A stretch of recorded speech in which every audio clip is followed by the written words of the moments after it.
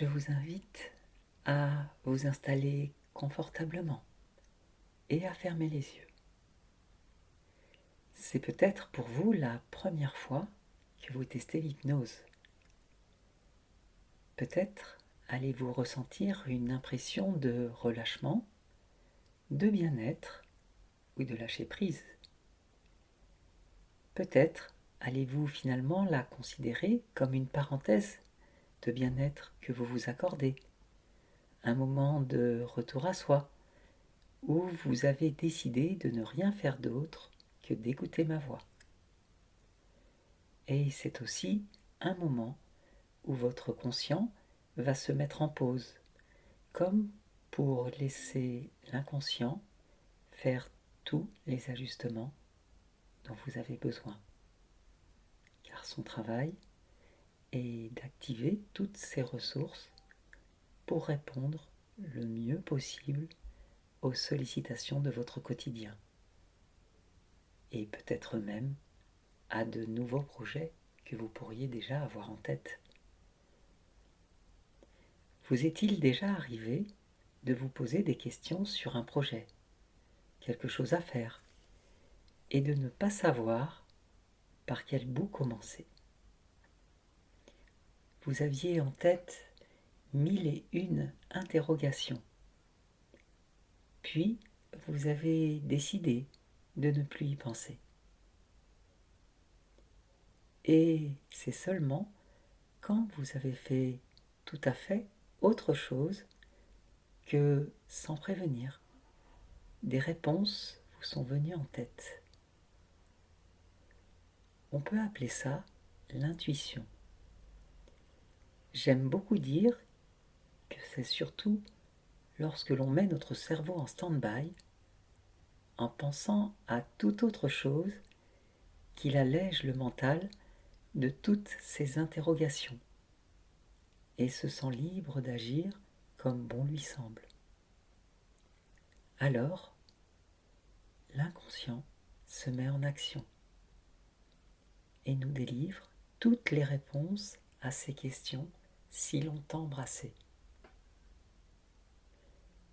Tout au long de notre vie, lorsque nous imaginons ces projets, c'est un peu comme si nous plantions des graines de notre bonheur de vie dans notre jardin. Il peut en sortir un arbre, une très jolie fleur ou une herbe folle, ou quelquefois la graine peut ne pas s'épanouir. Le principal est sans doute de nous mettre en action. Mais si l'on ne veut pas tout laisser au hasard, on peut accepter de laisser notre inconscient faire en nous tous les réglages qui vont nous mettre dans les meilleures conditions pour faire les bons choix et nous asseoir dans un magnifique jardin de bonheur partagé. Alors, peut-être pouvez-vous laisser une partie de vous effectuer toutes les nuances nécessaires et décider de créer les croyances que vous avez en vous. Trouvez toutes les ressources pour imaginer, penser et créer de nouveaux projets.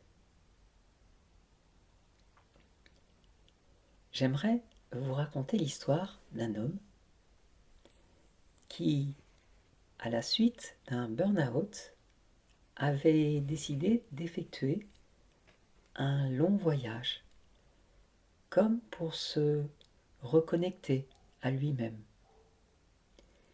Il avait choisi de partir rencontrer des tribus qui avaient fait le choix de vivre en retrait de toute trace de la civilisation moderne dans la forêt tropicale. Il s'était posé 1001 questions sur la communication qu'il allait avoir avec ses tribus, s'il y avait des coutumes à respecter, des choses à faire, des choses à ne pas faire. Il ne voulait pas choquer, déranger, ou peut-être même courir le risque de faire une mauvaise rencontre et aller jusqu'à risquer sa propre vie. Mais il ne savait pas pourquoi, il avait la conviction que cette rencontre allait lui apporter beaucoup plus qu'elle n'allait lui nuire, même s'il partait dans l'inconnu. Et effectivement, cette rencontre fut quelque chose de merveilleux pour lui. Même s'il y avait la barrière de la langue, il fut surpris de la générosité de chaque membre de la tribu. Ils auraient donné ce qu'il ou elle n'avait pas pour qu'il soit le plus heureux possible pendant son passage. Il y avait pourtant tellement de différences entre eux. Lui qui attachait tant d'importance au matériel remarqua qu'ils avaient bien peu de choses à côté de lui. Mais il souriait tout le temps, était heureux de chaque chose qui pouvait arriver au quotidien. Lui qui prévoyait tout le temps était face à des personnes que rien ne surprenait. La nature pouvait leur être hostile, mais ils s'adaptaient, pouvaient déménager leur campement sans pour autant que cela nécessite une organisation incroyable. Au contraire, déménager leur lieu de campement était vécu comme une fête où tout le monde s'entraidait. L'homme rentra de son voyage totalement transformé. Lui qui se limitait dans ses actions à toutes ses croyances de ce qu'il fallait faire et ne pas faire, de ce qu'on allait dire de ses actions, osa bien plus s'ouvrir au monde qui l'entourait. Il avait pendant longtemps centré sa vie autour de son travail et s'était fermé à tout ce qui pouvait l'ouvrir au monde ou à de nouveaux projets. À partir de ce moment-là, il commença à être beaucoup plus présent sur des soirées un peu plus mondaines où il n'allait pas avant, car il s'était construit la croyance qu'elles étaient superficielles. Plus que cela, il se rendit compte qu'il devenait une personne intéressante. Lui qui, toute sa vie, s'était imaginé qu'il était parfaitement transparent. Son voyage avait suscité beaucoup d'intérêt, car peu de personnes étaient allées dans ces contrées. Mais il avait démontré, et il s'était démontré à lui-même, qu'il était possible d'aller au-delà de sa zone de connu et de passer au-delà de sa timidité et de ces peurs que l'on se construit et qui nous empêchent d'avancer. Je crois même que cela lui a permis ensuite de changer de travail et de trouver un poste dans les relations internationales, où il retournait régulièrement au Brésil et découvrait plein d'autres régions du monde. C'est toujours impressionnant de voir toutes ces stratégies que nous pouvons mettre en place pour ne pas sortir de notre zone de connu, comme pour nous maintenir en sécurité et préserver notre liberté. Et parfois, l'hypnose peut être la bienvenue pour laisser l'inconscient mettre en œuvre certaines nuances et nous montrer qu'il nous est possible, tout en préservant notre sécurité et notre liberté, de nous autoriser à découvrir de nouveaux horizons, avec toutes les possibilités qu'il y a derrière, mais aussi pour découvrir toutes les nouvelles capacités qu'il y a en nous et quelquefois que nous ignorions. Cela me fait penser d'ailleurs à l'histoire de cette femme qui était employée dans une grande banque internationale.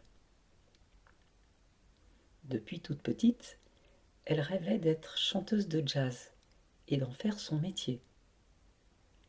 Elle avait suivi le conservatoire et avait ensuite effectué de nombreux stages animés par des chanteuses de renom.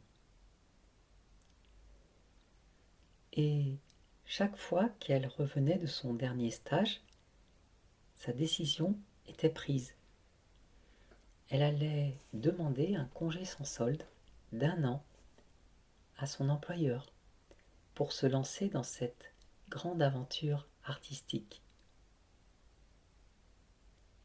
Mais elle ne comprenait pas vraiment pourquoi elle n'était jamais arrivée à franchir le pas. Dans sa tête, elle se sentait prête et tellement habitée par la musique à chaque fois qu'elle avait fait un stage qu'il lui semblait impossible d'attendre plus. Elle était prête à devenir musicienne, mais pas tout à fait prête à quitter les avantages du poste qu'elle occupait à la banque. Il est vrai que si l'on comparait les contenus des deux postes, sans aucune hésitation, et par rapport à l'intérêt qu'elle y mettait, elle aurait choisi la musique. Mais elle avait tout simplement pris conscience qu'elle n'aurait probablement plus les horaires de son poste à la banque, son salaire régulier, qu'elle allait devoir faire une croix sur des activités sportives qu'elle pratiquait presque au quotidien, faire moins de sorties avec ses amis. Surtout que quand on joue dans un groupe musical, c'est souvent le soir et le moment où l'on sort. Elle n'avait probablement pas envie de renoncer à tous ces avantages que lui procurait son poste actuel, même si son contenu lui plaisait moins. Évidemment, tout cela est souvent inconscient et quelquefois, consciemment, nous sommes impatients et impatientes de voir évoluer les choses. Et quand on connaît ce fonctionnement, je me dis que quelquefois, quand l'inconscient peut dialoguer avec le conscient, il peut aider à faire émerger nos vraies motivations et nos vraies valeurs pour élaborer de nouveaux projets. J'aimerais beaucoup vous raconter l'histoire de ce professeur d'EPS qui avait été champion d'athlétisme quand il était plus jeune. Il adorait faire des séances de sport avec ses élèves. Et quand il les faisait, ce qui était particulier, c'est qu'il courait, sautait, lançait avec les élèves. Un jour d'ailleurs, lors d'une rencontre entre les classes, il avait proposé à un autre maître d'école de faire une course de haies. Et ce qui était drôle, c'était qu'il voulait gagner à chaque fois qu'il faisait la course, alors qu'il ne pratiquait plus ce sport en compétition. Ses élèves lui avaient demandé « Maintenant que tu es un adulte, tu n'as plus besoin de faire des courses, tu pourrais juste faire du sport pour vouloir rester en bonne santé. » Et il répondait aux élèves « Quand je m'amuse à refaire des courses, j'ai l'impression d'avoir de nouveau 15 ans, l'âge auquel je pratiquais ce sport. Et c'est un très beau souvenir de ma vie. » Et puis un jour, son fils lui demanda de l'entraîner pour préparer une épreuve de course à pied. lorsque le père et le fils se retrouvèrent sur la piste, le fils fut très étonné de voir son papa habillé pour s'entraîner à ses côtés, surtout qu'il s'agissait d'une épreuve de vitesse.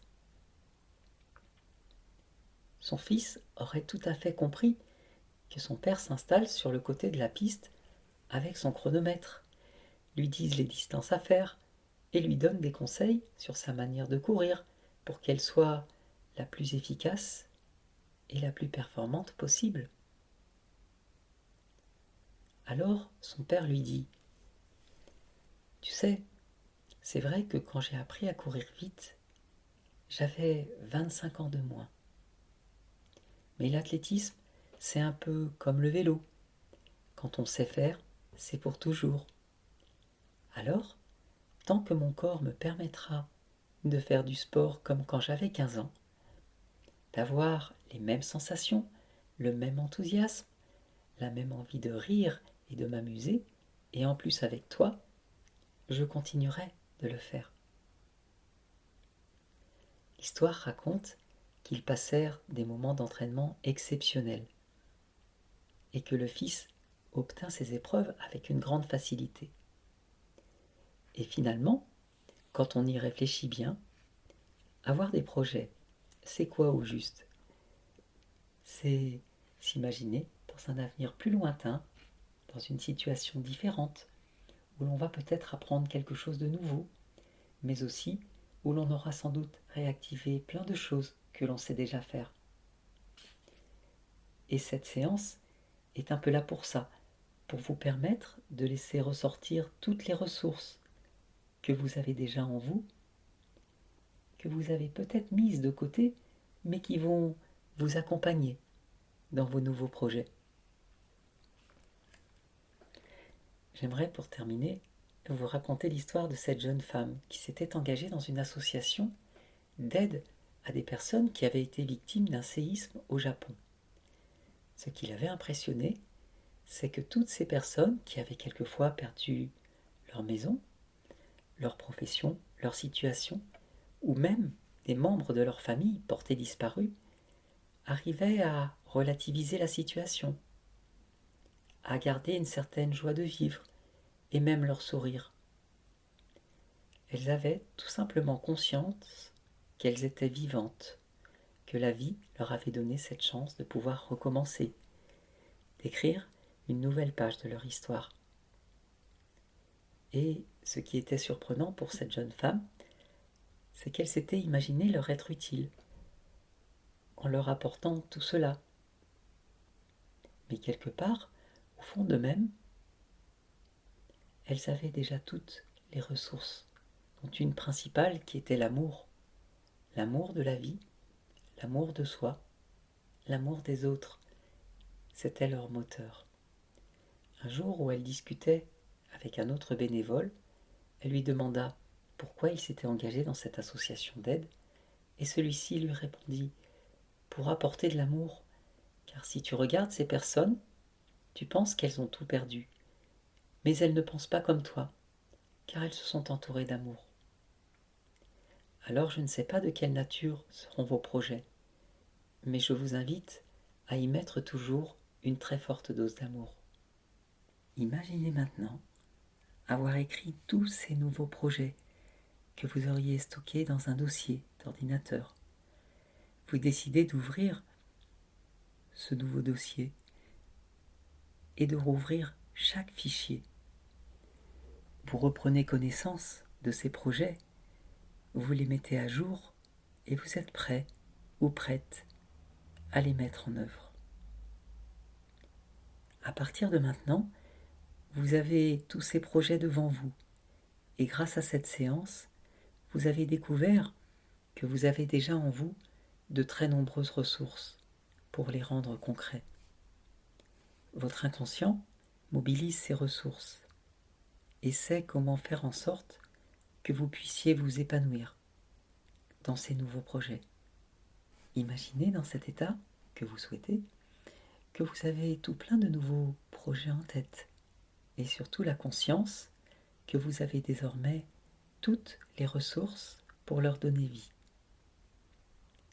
Réjouissez-vous d'avoir découvert tous ces potentiels. D'ici quelques instants, cette séance va se terminer et vous allez pouvoir revenir à la réalité.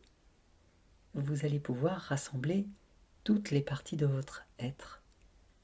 Et quand vous le souhaiterez, ici et maintenant, à votre propre rythme, vous pourrez rouvrir les yeux.